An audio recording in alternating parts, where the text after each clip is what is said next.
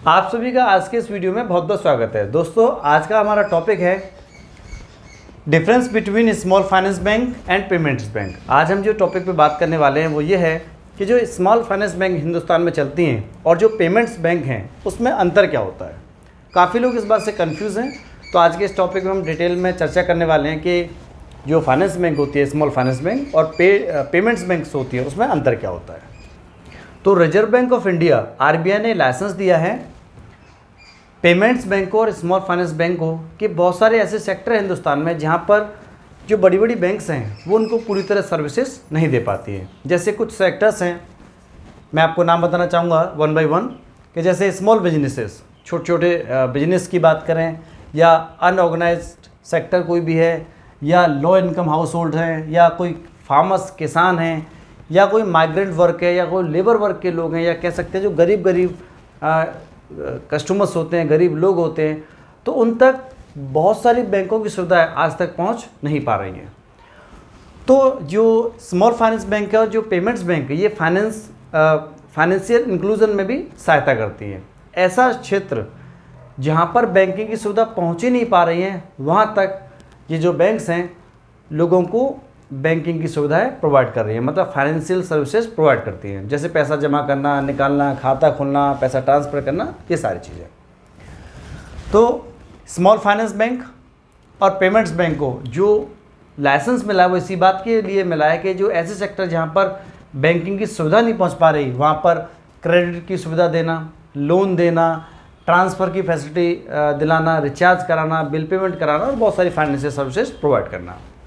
तो इस तरह की फाइनेंशियल सर्विसेज प्रोवाइड करने के लिए इन दोनों बैंक की आरबीआई ने स्थापना की है। अब हम बात करते हैं कि स्मॉल फाइनेंस बैंक और पेमेंट्स बैंक ये कौन कौन सी होती हैं, इनके नाम क्या हैं।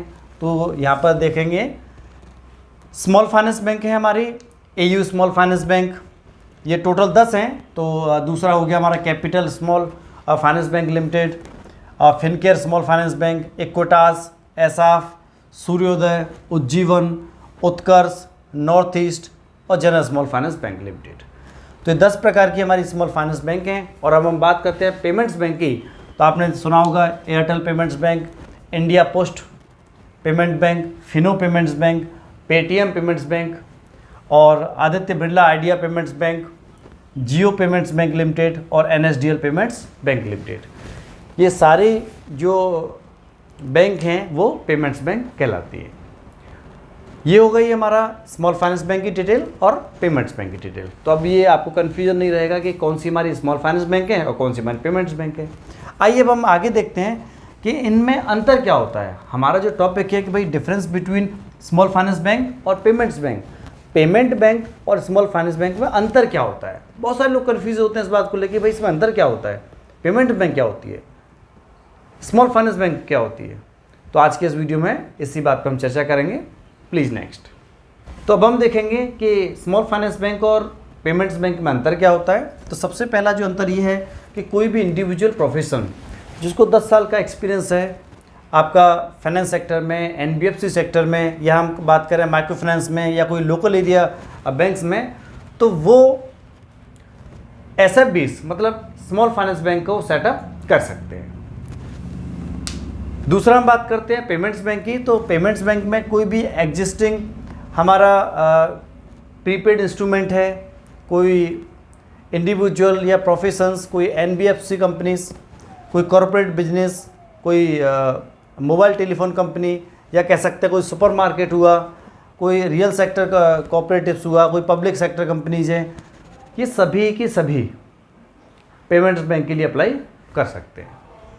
दूसरा हमारा जो डिफरेंस है वो ये है कि स्मॉल फाइनेंस बैंक के लिए जो हमारा मिनिमम पेडअप इक्विटी कैपिटल है वो कितना होना चाहिए, कम से कम 100 करोड़ का होना चाहिए।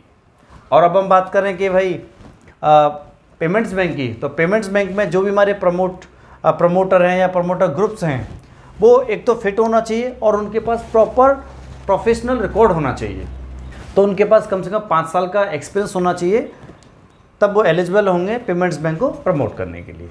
इसके अलावा हम आगे डिफरेंस देखेंगे कि जो भी हमारी स्मॉल फाइनेंस बैंक्स होती हैं उनको कैश रिजर्व रेशियो जिसको हम बोलते हैं CRR रेट, और स्टैच्यूटरी लिक्विड रेशियो है SLR रेट, वो एज़ पर RBI जो रिजर्व बैंक ऑफ इंडिया की गाइडलाइंस के अंतर्गत जितना होता है उतना उनको मेंटेन करके रखना पड़ेगा। और अगर हम पेमेंट्स बैंक की बात करें तो पेमेंट्स बैंक को मिनिमम 75% का डिपॉजिट गवर्नमेंट बॉन्ड में और मैक्सिमम 25% का जो डिपॉजिट है वो किसी अदर शेड्यूल कॉमर्शियल बैंक में रखना पड़ता है। अब हम बात करेंगे 4th नंबर का डिफरेंस। तो हमारा जो 4थे नंबर का डिफरेंस है वो ये है कि इसका जो लोन पोर्टफोलियो है उसका 50% कम से कम 25 लाख तक का लोन देना चाहिए। और अगर हम बात करें पेमेंट्स बैंक का डिफरेंस तो बैंक को एक high powered customer grievance cells होना चाहिए जो कि कस्टमर को मेंटेन कर सके। अगर हम 5वां डिफरेंस की बात करें तो सेल फॉरेक्स टू कस्टमर्स, ये क्या करते हैं कि भाई फॉरेक्स भी सेल करते हैं, म्यूचुअल फंड, इंश्योरेंस और पेंशन्स, ये सभी का सभी सेल करते हैं।